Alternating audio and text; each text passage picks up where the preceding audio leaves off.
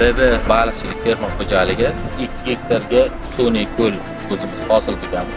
Kelgusida yana ham kengaytirib 5 gektar, 10 gektargacha olib chiqamiz. Hozir shu 2 gektarga 35 ming baliq tashlaganmiz. Sazan, belamur, arxipdagi baliqlar bor. Nasibda 100 tonnani mo'ljallab turibmiz. Baliqlarni intensiv usulda boqishda ham yo'lga qo'ydik. Ishda ham uxlatmay boqishda yo'lga qo'ydik.